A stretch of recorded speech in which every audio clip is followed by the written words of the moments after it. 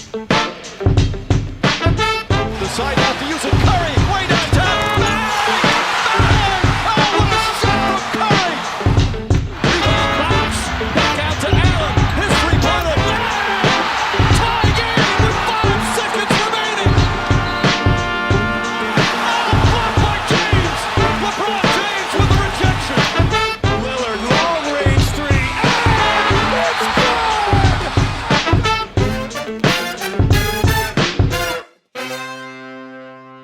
Hey guys, welcome back to the Nothing But Action podcast. I am your host, as always, Brodie, and I'm joined with my co-host, Jordan. We're back, mate. Yep. Good to be back. We are here. We're back in it. I think this time, we're much better. I think we're ready to go. Everything's all sorted out now. You can just call us RJ Barrett. We're new and improved. Yes. We're better than ever. Yeah.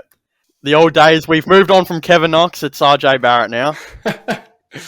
Well, anyways, let's get right into it. So, Summer League. For the people that don't know at home, Jordan's a huge Cleveland fan. I'm a New York fan, as you can tell. But let's just talk about Cade Cunningham and Jaylen Green. Those two players going neck and neck. They have been awesome. Yeah. Both freaks of nature. They are legitimately insane. Every single guard that's been in Summer League so far has been insane. But them two particularly, the ones that everyone thought were going to be insane, have just showed everyone what they can do.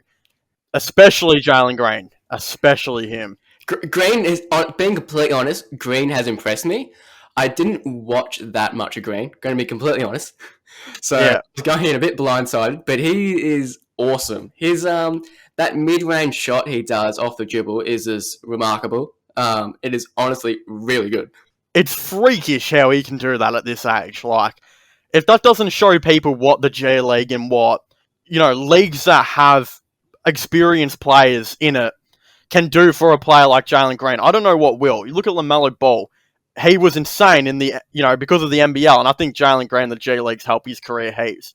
It is insane what he does, so. It's going to be, I reckon, in the future, the G League and, the NBL, they're going to be a big thing. That's, a lot of, top prospects going into the G League, a lot of top prospects going into the NBL. Like we've seen Josh Giddey, he went into the NBL and he was pick for Oklahoma. It's working out for all these top prospects, so there's no reason why they shouldn't want to do this. You know what I mean? Yeah. Well, look at Mojave King. He's supposed to go top 15 next season. I think he's playing for Adelaide next season, which is the team that Josh Giddey played for. Yeah. So Adelaide might have two, top 20 picks 2 years in a row, which is insane to think about.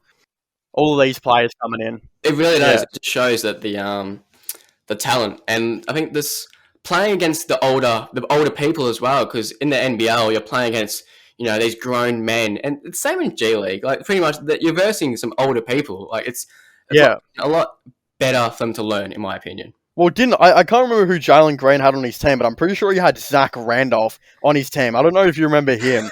Yeah, but there you go. Exactly. Yeah, I could be wrong, but I swear it was someone. Actually, no, it wasn't Zach Randolph. I don't know who it was, but it was a similar player to him. They just had so many veterans are joining the G League now, like a crazy amount, and they're going to the NBL too. It's also that they will be learning more stuff from the veterans. That's and that helps them succeed. It does. It's clear. Well, they learn how to train like a pro too. Yeah, they learn all of that. But yeah, it's worked out for Jaylen Green. He's honestly really shocked me these summer league. And Cade Cunningham, he came from college, but he's been killing it. He's doing it. Yeah, he's doing pretty good too. I remember watching his latest game against New York, and he murdered us. He 7 from 10 from 3-point. It was just Yep. I was checking too. It's Amir Johnson. I don't know if you remember him. He was the one that played with Jaylen Green. Yeah, so just veterans like them, you don't get that in college, and that's something Cade won't have coming into the NBA. So it might take him a little bit more time to adjust to playing against veterans and people who've been in the system for so long. He's never had that. And that's why it looks like Jaylen Green's already starting off, he's a little bit more on fire. But that doesn't mean he'll be the better pick. Well, yeah, coming into the Summer League, Jaylen Green, he said in an interview, he was coming into the Summer League with a chip on his shoulder. He thought he was the first pick. He thought he should have been the first pick. He thinks he's better than Cade. And to be honest, I know it's a Summer League, and with Summer League, like I always say, you got to take everything with a pinch of salt, but he's playing better than Cade right now. Like, they're both playing amazing, but there's a difference. He sure is. Look, Cade might be the better player long term, but right now Jaylen Green he's probably the better player, but I guess we'll have to wait until we see the NBA season, coming around and see how they both go when they're actually playing against guys like LeBron, etc. So that's going to be their real challenge. And I think Jaylen Green will be more suited for that challenge than what Cade will be. Yeah. No, you're exactly right. And again, there's another thing that I'm saying it again, but we're just going to remember we can't take everything we see in Summer League too seriously, because it wasn't too long ago when everyone was saying how much of a bust Trae Young was going to be. He was, he was throwing up air balls at Atlanta, and then look at him now. He just single-handedly demolished the Knicks franchise. All right, that might have been a bit too harsh on yourself there, but he did, do pretty well, and he might be coming in as one of the MVP favourites this season, I would think. He's incredible, but I can't wait to see, personally, how he's going to play now with the adjusted rules. Oh yeah, because they got rid of that rule where he goes forward and draws a foul from the defender, touching him like on the back or something like that. Yeah, they pretty much got rid of that rule, so that was good to see. I don't think anyone really wanted that rule anyway. Oh, it was crap. It's no one enjoyed watching Trae Young, in my opinion. Personally, I hated watching him when he did that. Yeah, yeah. No one's blaming you. Well, moving on. I reckon let's have a look at Scotty Barnes. He's a lot of people were a bit shocked when he was picked. People thought the pick was going to be Jalen Suggs, and then Scotty Barnes was chosen. I know personally you said it was going to be Barnes. I said Barnes would go. I did say Barnes would go at pick 4. I said it, I think in a video previously before the draft, I think I either said it was he or Suggs, but like a couple days leading to the draft, I was almost certain the Raptors were going to take Barnes. They were so convinced on him. I think they did a couple of workouts with him, and I think from then forward they realized, as well as Kyle Lowry leaving, they were like, perfect opportunity. He's a dude that can play point forward and guard 1 through 5. Why wouldn't you want him?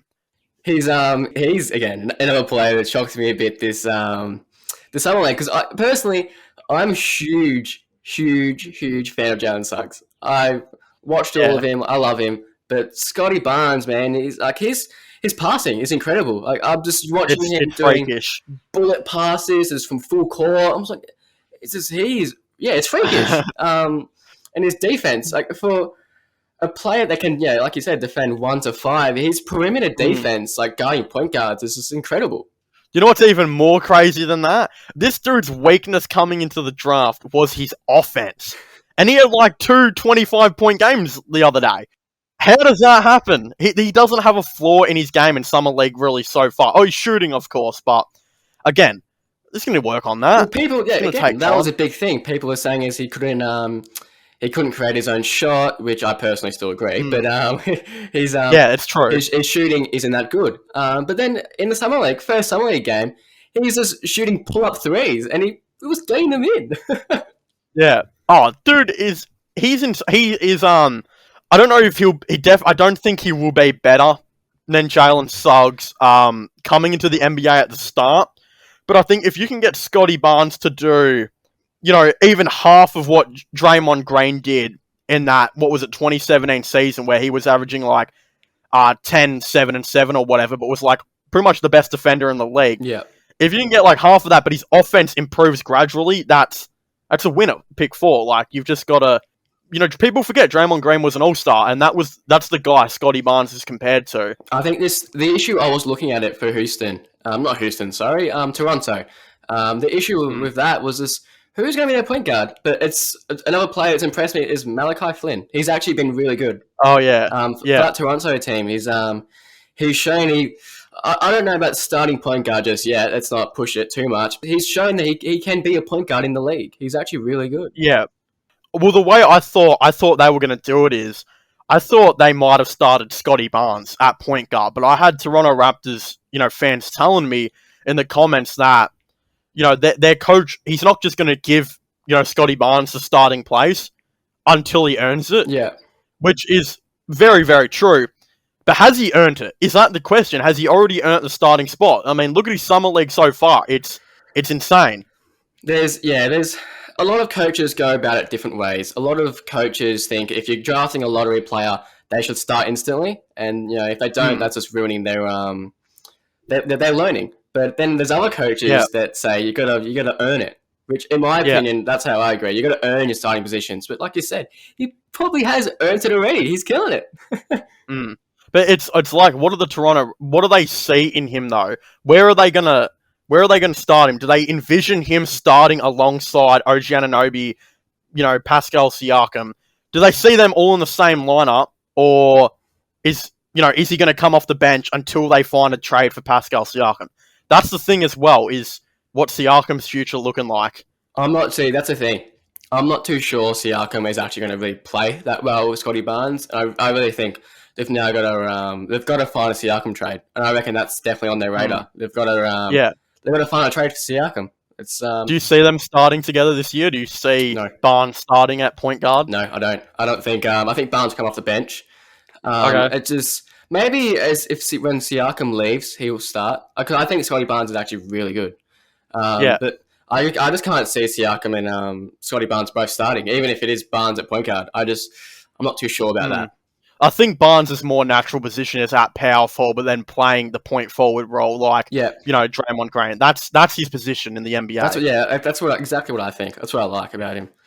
But let's look at Suggs. Okay. This man is awesome. He can create his own shot like no other.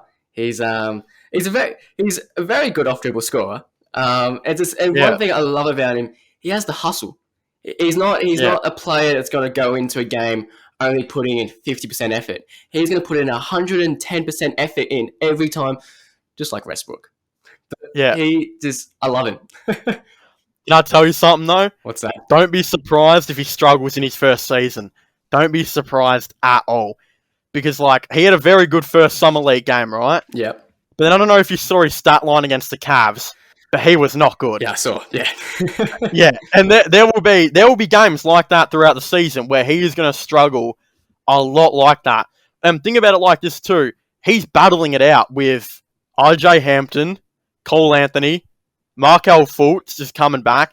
He's battling it out with all these guards that want the ball in their hands. It's going to be very hard for him, especially to, like you said, find some playing time with all those guards. But just, he's a rookie. Let's not forget, he's going to have a tough first year, unless you're like a top three. Well, I think Suggs is that good. Honestly, I reckon he'll flourish with Orlando. I think he'll do really well. Yeah, I still think that Franz Wagner pick was a little bit odd. People always talk about how... I've seen people say how good that pick was, but is it that good? How many guards do they have now, and they've just drafted a wing? I think they needed a forward. It probably wasn't needed, let's be completely honest. Yeah. But, it's a bit silly. Yeah, I think when the Warriors took Kuminga, I think the Magic were like, oh my god, what do we do? Yeah. And then they pushed the button on Franz Wagner, which was probably best available at that point. At least they didn't go with Davion Mitchell. That's all I can say. Could you imagine... I don't even want to think about it. Imagine being Sacramento right now. You got, Davion Mitchell, Tyrese Halliburton, De'Aaron Fox. Oh, my God. Well, yeah, there's going to be a lot of small ball lineups at that team now. So that'll be cool to say, I guess. Davion Mitchell was really good, though. That's another thing. His defensive pressure just blows my mind. It's so good. Yeah, he's a mature age rookie, and he's going to come in and... He'll be good in the NBA. He'll be the most ready. He'll probably be nearly the most ready player in this draft. Yeah. He'll be very good in his first season. I just hope he gets the minutes he deserves, which I think he will, because he can guard the two. That's the thing. He might be a little small, but he can definitely guard the two. He's an outstanding defender. He's like Kyle Lowry, if we think about it like that. Similar height, both a bigger body build, and they can guard the 1 and 2. I like that. I'd be curious to see how he goes in Sacramento. Because I think he's really good. but it's going to struggle for playing time for sure in Sacramento, I think. Yeah. And now let's move on to one of the Ball brothers, mate. One of the big Ball brothers, Liangelo. Man, he has been doing really well. Yes, he has. Well, he became Mr. Worldwide in terms of rejections. Like, this man got rejected from Australia. Not even the Illawarra Hawks wanted him. Like, I'm sure you've seen that. Yeah. He was supposed to... They were saying the Hawks should go out and get him, and they did not want him. No one wanted him in America. Obviously, a team in China didn't want to sign him. You know, pretty obvious reasons why there. But, again, that it's good to see he's getting his chance now. And he's balling out. He's doing really well. He's a bucket getter, and he's coming off the bench. I think a big reason why he wasn't really given a chance was just because he was seemed to be very lazy. But now he's playing in the summer league. I will not call him lazy whatsoever. This man is putting in 100% effort every single game. Yeah. Well, he's got a guaranteed contract, whether that's in the NBA or not. Yeah. You know, he'll get his chance, whether it's in the G League on a two-way deal, an Australian team. He's going to get a chance somewhere. It's not like, you know, teams want him now, and I think that will be pretty evident. He'll get signed. I don't know who's going to sign him, though. I have a feeling it might not be the Hornets. Like, I have a strange feeling they might not sign him. I hope it's Charlotte. Just 'cause it would be so cool seeing LaMelo playing with his brother. I'm not too sure what the relationship is there, if they get along or if, you know, but it'd be cool to see. It would be cool. I don't know. I'd kind of hope my Cavs to give him a little chance. That'd be pretty cool. Remember when Detroit put up the billboard saying "Welcome to Detroit, Liangelo"? He got waved like straight away. Poor thing. Oh my god! Like, yeah, that's harsh. That is some harsh stuff right there. But he could be a star. Like, he could be a genuinely really good role player in the NBA. Or be a star in a league like the NBL or something like that. Yeah. But only time will tell. I guess we'll have to see. Let's move on. Let's have a look at a thing that happened this morning. An NBA trade that happened today. My. The Memphis Grizzlies receive Patrick Beverley, Rajon Rondo, and Daniel Oturu. The LA Clippers receive Eric Bledsoe. Give me your thoughts. Oh, if you're a Clippers fan, you're crying at home right now, I reckon. I don't know why they wanted Bledsoe. What was the point? I don't get it. And Bledsoe has an awful contract. You're getting rid of one of your best defenders in Patrick Beverley. Your motor of the team. Your heart and soul. Yeah, your heart and soul. Rajon Rondo is, he's really good still, Daniel Oturu, we're going to ignore him because he's pretty much nobody. It makes no sense. When, if anything, Memphis should have had to give more to get rid of Bledsoe. Just get rid of him, because who wants that Bledsoe contract? Now I think, though, I'm thinking about this. Will they both play for Memphis, though? Can you see them both playing, or will one sit out like Andre Iguodala did that time? I honestly reckon. I reckon Beverly will definitely be playing. You could maybe say Beverly Rondo, will play. Might not play, but I think Beverly's definitely going to play. He'll definitely play. I have a feeling Rondo might not play. Yeah. Like, I could see him sitting out. And I don't understand what their problem is with, like, Memphis. Like, when Memphis started getting good, Andre Iguodala still decided not to play. It is weird. It makes, I don't know, because teams don't like Memphis, I'm telling you. It's weird, I don't know. But Memphis have actually done really well out of this trade, because they've gotten Beverly and Rondo, which again, I think for Bledsoe you'd be laughing. That's awesome. But they also get salary cap flexibility in the summer of 2022 with this trade. Yes. Yeah. I still think I don't know I haven't spoken to you about your thoughts and opinions on this, but I've been quite vocal on my channel that I think they lost the Jonas Valanciunas trade still. I don't think they did too well in that. Like, they moved up, but I think people underestimate the downgrade from Jonas Valanciunas to Steven Adams. And at pick 10, when they moved up in the draft, they got Zaire Williams, who they probably could have gotten at pick 17 anyway. Yeah. I personally agree. Valanciunas is very, very underrated. He is a very good center in the league. He's really good. Yeah. So I'm still like confused why this trade was done. Because they moved up, but they took a player that would have been available at 17 anyway. Yeah. So what's their thinking there? It doesn't really make sense, and I don't really understand what the franchise is thinking. Maybe they heard that a club, not a club, we're talking basketball. Another team, franchise. another team in the draft was thinking about choosing him. They wanted to trade up, but it just, even that. Maybe they saw something that we didn't. Like, I just don't think he's that good, personally. He's not worth trading up for, in my opinion. Yeah. Well, I know we weren't really talking about the Pelicans here, but for starters, there's been rumors as well. I don't know if you've heard about this. That Zion Williamson might not be happy in New Orleans. Mate, can I just put this to bed and say that they have done everything in this offseason to keep him happy? Brought in Jonas Valanciunas, an elite three-point shooter. Drafted Trey Murphy at pick 17, an elite three-point shooter. And brought in Devontae Graham, who's also a good three-point shooter. Getting rid of Lonzo Ball, which means Zion can play more point forward. See, why would Zion be unhappy? I disagree. I reckon they haven't done enough for Zion. They need to do so much more to keep him happy. They got rid of Lonzo, which, you could say Zion want to play a bit of the point forward. But Lonzo, when you really think of what a good point guard would be with Zion, you think Lonzo, a person that doesn't have to be constantly having the ball in his hand. He will happily be that off-ball point guard. But his passing is amazing. He can throw out many oops for Zion. His shooting was incredible last year, but they still thought, no, we'll let him walk. I know he didn't want to be there, but I don't really get that. I don't know. Can Lonzo play off ball that great though? Yeah, I thought he was incredible off ball. I think that's what he was actually best at. I reckon. But what would he rather, off ball or with the ball? Yeah, that's the thing.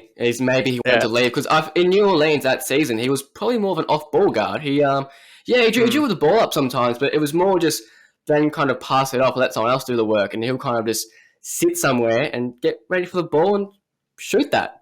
Yeah. Well, what did New Orleans get back for Lonzo Ball?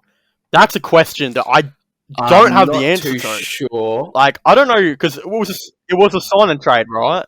They couldn't have just let him walk for nothing. It was a sign and trade. I'm not too sure what they got back exactly. Maybe it hasn't been finalised yet. Yeah, it wasn't anything good. Like, it wasn't anything major. I know that for sure. Well, anyway, I reckon we move on to the winners and the losers of the NBA offseason. First off, I want to hear your winner, in your opinion, of the offseason.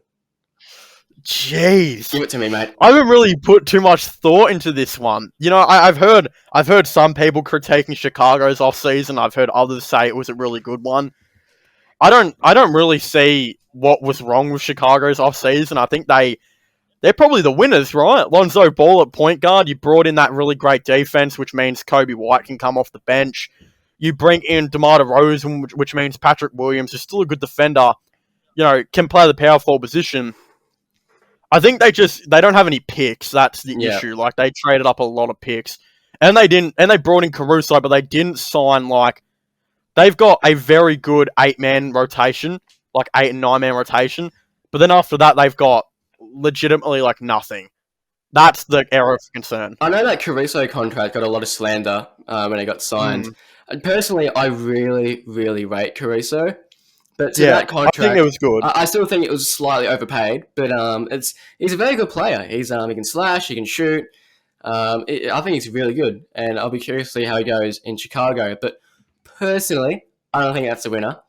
Who I've got, I reckon, by far, no competition. You got to give the winners Lakers. Yeah, they've done so much, man. They traded for Westbrook, which you can say that some people aren't the biggest fan of that. There's people feeling that whole starting lineup can't shoot, clashed egos. But that team is going to be good, no matter what. LeBron, Anthony Davis, Westbrook. And then they also signed Dwight Howard. They signed Wayne Ellington, which he shot 42% from 3-point last season. Yep. They signed Malik Monk, a 23-year-old, 40% from 3-point as well. They signed Kendrick Nunn, he's 26 years old. Again, another amazing shooter last year. They signed Carmelo Anthony, Trevor Ariza, Kent Bazemore, and then they also re-signed Taylor Horn-Tucker. Their young player, which is being 20 years old. I just think you can't say this team did not do better. They won the offseason. But what about a low-key team? What about the Charlotte Hornets? Did you see the players they brought in through the draft? James Bouknight, Kai Jones, JT Thor, and Scotty Lewis, who I believe at one stage in all of their career were probably all projected first-round picks. I really like Bouknight. Just so they got Kai Jones as well, didn't they? Yeah, Kai Jones is really good. Scotty Lewis, I don't really know too much about him. I've drafted him on 2K a couple of times, but I remember I'm pretty sure he used to be alright. And JT Thor's like a power forward dude that I think can play small ball center eventually. But they did pretty good. They lost Devontae Graham, which they didn't really need to bring back. Yeah. Malik Monk, same thing, didn't really need to bring back. And they added some defense in Kelly Oubre. Yeah, no, they've done well. Kelly Oubre, I forgot about that. Liangelo Ball's playing for him in Summer League right now. I just think, they're just a young team though. Like they're a team they've still got plenty of years. I just think that the fact that what Lakers did this year and just they've rebuilt a finals team just like that. It's just I think that needs to be acknowledged. Yeah, it does. But hold on a second. Before we move on, the losers, this is the controversial topic. Who lost the NBA offseason? Because I've got a team in mind. I don't know about you. Yeah, so I've got a team in mind. Well, no, I've got a team and a player, but I'll say the team first. Okay. The team that, in my opinion, has lost the offseason, and that's Portland. That's Blazers. I reckon that they signed Powell, which, good, but on a 5-year, $90 million contract, which is... Listen, the money, you could say maybe he deserves that, but he's mainly just a shooter. His defense is average. He just shoots. And for 5 years is ridiculous, in my opinion, but I get it. Yeah. No one wants to go to Portland. But then hold on. If they played him at shooting guard, though, I think that'd be all right. But they want to play him at small forward. It's weird. Yeah. And he's 6'4". He's very small. It makes no sense. But then, also Portland, they signed Cody Zeller, Tony Snell, Ben McLemore, and they lost Carmelo and Enes Kanter. Is this what Portland's plan is to really convince Lillard to stay in Portland? This is a terrible plan. Mediocre. Yeah, they're stuck in being mediocre forever. That's their thing. This plan sucks. If this is so, I can picture it now. They were in a meeting with Dame, and they said, "You know what? Because we want you to stay here. This is what we're going to bring to you. We're going to bring to you Cody Zeller, mate, Tony Snell. Like what? That's a joke." Do you know who's a ginormous loser that I feel like no one's really talking about right now? Who's that? What about the Boston Celtics? Think about their offseason. They went into this offseason, right, to get rid of Kemba Walker's contract. They did that. That was their big thing. And to get rid of his contract, they were supposed to maybe bring in another dude to be the point guard and be the playmaker and take the ball off goddamn Jason Tatum's hands for 2 seconds in the game. And they couldn't do it. No, and then they brought in another shot creator in Dennis Schroeder. Oh my lord. Dude, I don't know. Yeah, they didn't do well at all, did they? It's just, I mean, Boston clearly have a plan. Do I like the plan? No, because the plan is clearly to next year just load up on Bradley Beal and the hope that he comes to Boston. But I'm not a fan of that plan, and the reason why is because I go for New York, man. I've seen what happens when you load up, when you want KD, when you want Kyrie, and none of them come. You've just wasted a whole season or 2 seasons. Don't forget about they also lost Evan Fournier to New York. Yeah, they lost Fournier to New York. They brought in Horford, which is fine and all, but did you have to give up pick 17 to do this? It's that's I don't know. They were not they did not do well whatsoever. They was a pretty crappy offseason, you could say. Yeah. And before we get into your player, another team that's like stuck being mediocre right now is the Washington Wizards, the team that Boston want to get their star from. Why so Washington, they went into this free agency and draft, right, desperately needing a guard, and they drafted Corey Kispert. What?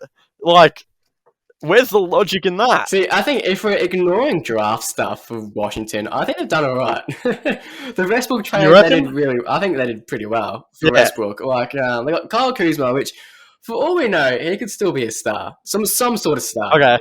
Okay. Montrezl Harrell, he's good, man. He's good. Let's not forget it. And then KCP, a good shooter, and then they also got a pick as well. Let's not forget about that. But I don't think they've done too bad. It's Bradley Beal, this is not the way to keep Bradley Beal. Like, surely not. This is not the way to keep him, right? Oh, yeah, no, they must know that everything they're doing right now is for a rebuild. They don't have a competing team. What they have right now is a rebuilding team with Denny Adija. I'm trying to think of who their power forward is. Thomas Bryant. Like, they're a rebuilding team. They're not but they don't think they're a rebuilding team, though. They think they're contending. Like, look at all their role players they've brought in. You need a player to pass to these role players, you know what I mean? Who's going to pass it to KCP?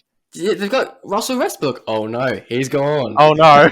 Oh, wait, no, they got Spencer Dinwiddie. Oh, they got Dinwiddie. Yeah. That wasn't too bad. But, hey, mate, if they win a chip, Dinwiddie's getting that $1, mate.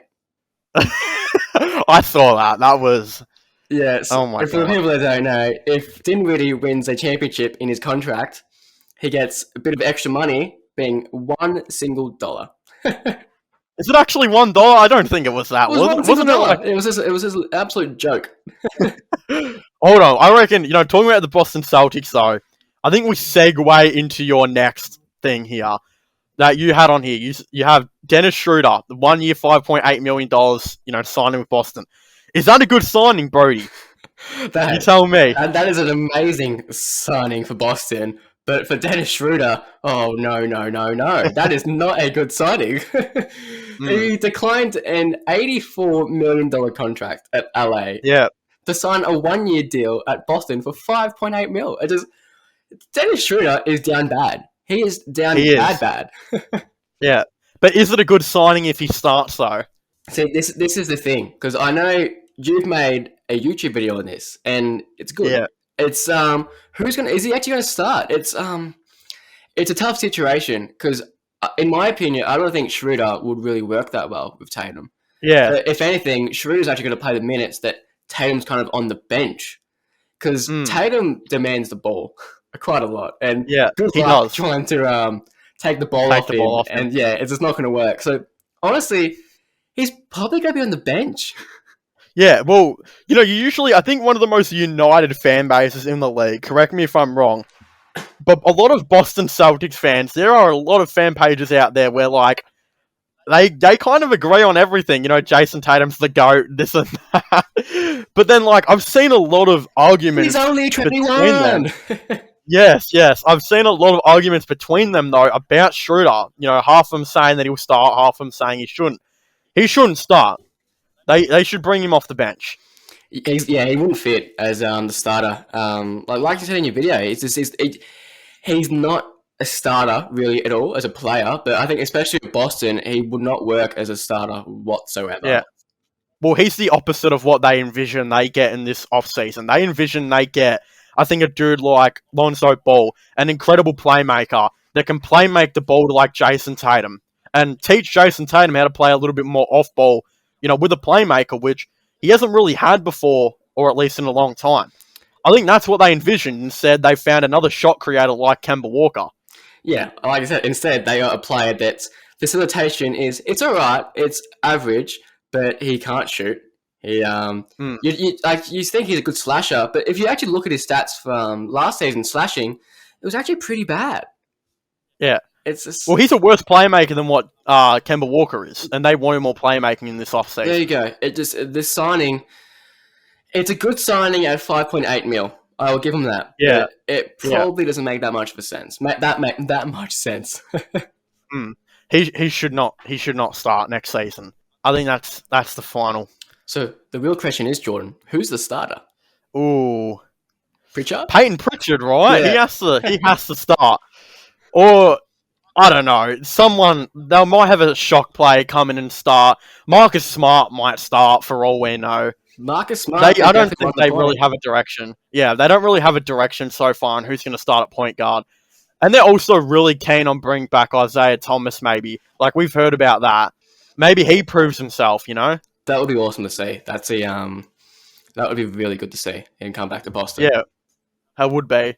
Well, the last full season he had in the NBA was with the Wizards, and he started 37 out of 40 games that year. So... Yeah, well, let's just move on a little bit. I want to get your opinion on Ben Simmons and Damian Lillard. Because they both haven't been traded. Are they going to get traded before the season starts? Are they going to get traded mid-season? Are they going to stay at their teams? Damian Lillard won't get traded until Damian Lillard says he wants to be traded. That's final. That he's not getting traded anytime soon, I don't think. But Ben Simmons, they're actively trying to trade, and he apparently cut communications off with Philly. So, that's a cheeky one. Ben Simmons situation, it came out that Doc Rivers and Ben Simmons, dude, their relationship is completely broken. They don't get along. So, I think Ben Simmons I think he has to be traded before the season. We've seen that Ben Simmons can play well by himself. He's had the games. I remember that game against, I think it was Utah, where he scored 40 points. On Gobert's head. Yeah, like he's shown that he can do really well by himself offensively. And this is an overreaction, but be like a Giannis player. Well, nowhere near as good, but he can do that. It's not going to work with someone, Joel Embiid, that's just constantly clogging the paint. Well, can the blame be fully put on Ben Simmons though? Why is Doc Rivers why is he not getting any of this blame? Like, look at the Clippers. They got rid of Doc Rivers and brought in Ty Lue and made the conference finals without their best player, and they couldn't even make, I don't even know if they made it. I think they made it to the second round with Kawhi under Doc Rivers. Well, you're right. I don't think Doc Rivers is that good of a coach anymore, at least. A lot of it could be put on Doc Rivers. Oh man, I don't even want to think about Doc Rivers' coaching record. That's awful. Like he gets there every time, but then just chokes every single time. Yeah. Well, is Doc Rivers an overrated coach, or is Ty Lue an underrated coach, or are both true? I reckon you can say Tyronn Lue is definitely an underrated coach. He's I think when he was at Cleveland with LeBron, a lot of people would say, "Oh, it was LeBron coaching," which yes, it was. But Tyronn Lue is actually, I think, a really good coach. I think he's a good coach. Yeah. He'll be great for the Clippers. I think the Clippers will be Ty Lue. He brought in that triangle offense to the Clippers that they didn't have with Doc Rivers. Doc Rivers, I don't think, ever ran a triangle offense where they gave Kawhi Leonard the ball, made him post up his player, and then just spread everyone around him. And that ultimately worked best for Paul George, and Paul George even helped with the triangle offense as well. Yeah. Ty Lue's a very good coach. It's going to be interesting to see what they do with Simmons. I think he has to be gone. But then I've got a different opinion kind of Damian Lillard.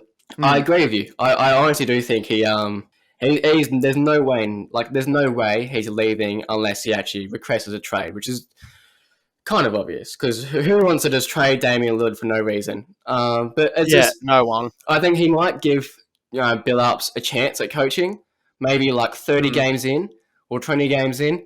But I can't see this Portland team doing well, and I reckon it's going to get close to the trade deadline.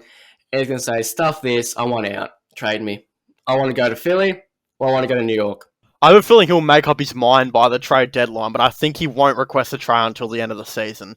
But I do think this is possibly his last season in Portland. Let's just for once, really quick. Let's just go over what teams are better than Portland in the West. So we've got Lakers, we've got Utah. Yeah. I'm still taking the Clippers and Nuggets. Yeah, Clippers, Nuggets, the Warriors. That's 5 right there. Honestly, I'll take Memphis over them. 6. Okay. Nah, I don't think Memphis just yet. Just because they lost Valanciunas and whatnot.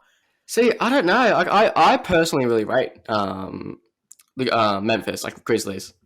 I'm looking at the West right now, and I don't feel like the West is really as good anymore, though. I think Portland might actually make the playoffs again.